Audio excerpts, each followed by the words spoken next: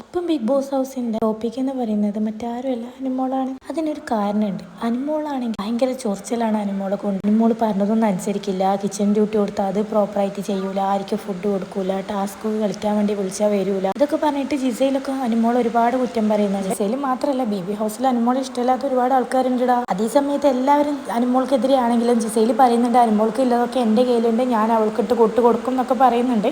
ഇതുവരെയായിട്ടൊന്നും പറയുന്ന അറിയത്തില്ല. അതേസമയത്ത് നൂറ് അതിലൊക്കെ ആണെങ്കിൽ അനുമോൾ എന്തെങ്കിലും റോങ് ആയിട്ട് ചെയ്യുന്നുണ്ട്, നീ അതങ്ങനെ ചെയ്യരുത്, അത് ശരിയല്ല എന്നൊക്കെ അവർ പറയുന്ന ധൈര്യം പോലും ഈ വായിട്ടിളക്കുന്ന ജിസയിൽ കാണിക്കുന്നത് കണ്ടിട്ടില്ല. ഒരു കാര്യം മനസ്സിലാക്കാം, ഇപ്പം എല്ലാവർക്കും ഒരു ഒറ്റ എതിരാളി എന്ന് പറയുന്നത് ശരിക്കും പറഞ്ഞാൽ അനുമോളൊക്കെ ആണ്. ആദ്യമൊക്കെ ഇതുപോലെ പറഞ്ഞിട്ടുണ്ടായത് രേണു സുധീനെയാണ്. രേണു സുധിക്ക് പുറത്ത് ഒരുപാട് സപ്പോർട്ട് ഉണ്ടെന്ന് ആദ്യം സ്റ്റാർട്ടിങ്ങിലൊക്കെ ഓനിലൊക്കെ ഇരുന്ന് സംസാരിക്കുന്നുണ്ടായിരുന്നു. ഇപ്പം എന്ന് വെച്ചാൽ അനുമോളാണ് മെയിനായിട്ട് അവിടെ കണ്ടന്റ് കൊടുക്കുന്നത്. നിങ്ങളുടെ അഭിപ്രായം കമൻറ്റ് ചെയ്യുക. ഇഷ്ടപ്പെട്ട ഒരു കണ്ടസ്റ്റൻറ്റിൻ്റെ പേരും കമൻറ്റ് ചെയ്യാൻ മറക്കില്ല.